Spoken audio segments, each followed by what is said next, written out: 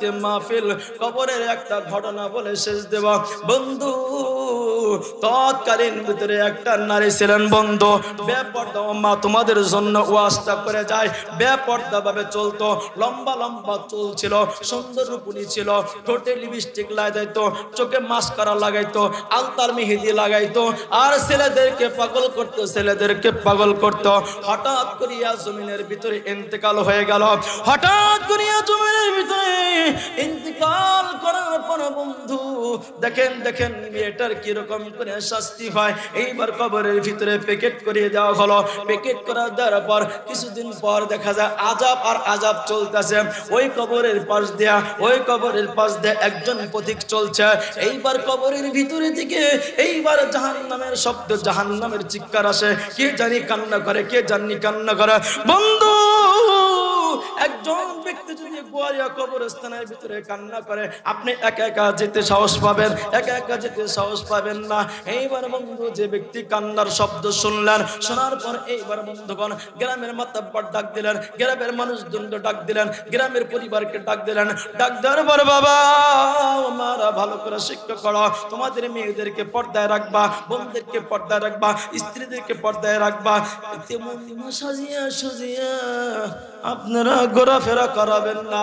আমার আল্লাহ পাক রব্বুল কারীম জাহান্নাম প্রকাশে দেখায়, আমরা তাও বিশ্বাস করি না, আমরা তাও বিশ্বাস করি না। আল্লাহ রব্বুল আলামিনের বান্দা বান্দিরা এইবার কবরটা খনন করলেন। কবরটা খনন করার পর দেখা যাচ্ছে ওই নারীটা কবরের ভিতরে আগুন দিয়ে শাস্তি দেওয়া হচ্ছে, আগুন দিয়ে শাস্তি দেওয়া হচ্ছে।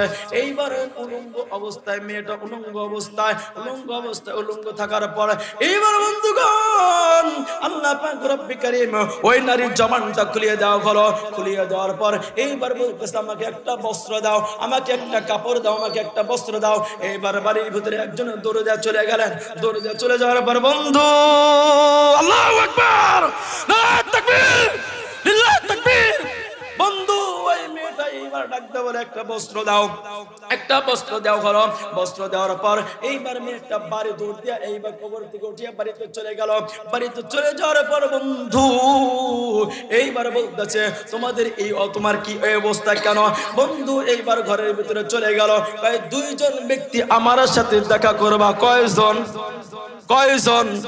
মুখস্থ করে যান, দুইজন ব্যক্তি আমার সাথে দেখা করবা। এইবার ভিতরে ঢুকলো। ভিতরে ঢুকার পর বন্ধু একজন মানুষ বলতেছে তুমি এবার তোমার কাপড়টা মুখে থেকে সরাও। এইবার সরানো হলো। বন্ধু মেয়েটা প্রচুর চেহারা ছিল, প্রচুর সুন্দরী ছিল, ঠোঁটে লিপস্টিক নিত। কাপড় সরানোর সঙ্গে সঙ্গে দেখে ফেরেশতারা জাহান্নামের কেচি দিয়া তাকে এই ঠোঁট দুইটা ছিন্ন বিচ্ছিন্ন করে কাটছে। নাউযুবিল্লাহ। বন্ধু এই চারার মধ্যে লীল বালিশ নিত, লীল বালিশ গুনা হারিসি দা টাইনা টাইনা উঠানো হয়েছে, টেনে টেনে উঠানো হয়েছে। বন্ধু উঠানোর পর এইবার মাথাটা কাপড় খুলছে, খুলিটা এই পাশ থেকে বের করে দেওয়া হয়েছে। এইবার বলা হয়েছে তোমার এই কারণটা কি, তোমার এই মৃত্যুর উপরে এই সাজাটা কেন হলো?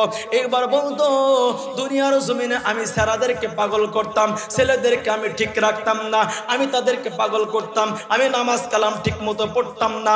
বন্ধু নামাজ কালাম ঠিক মতো পড়তাম না, ঠোঁটে লিপস্টিক নিতাম, মেকআপ নিতাম, আমি চলাফেরা করিয়া আকর্ষণের দিকে নিয়ে আসতাম। নাউযুবিল্লাহ।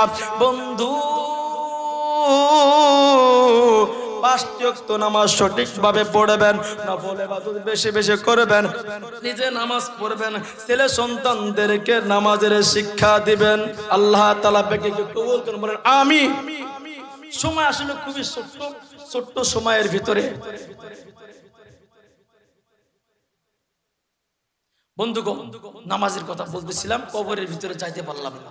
আসলে সংকীর্ণ সময়, সংকীর্ণ বয়ান। আল্লাহ পাক আমাদের ছেলে সন্তানদেরকে, আমাদের বিবিদেরকে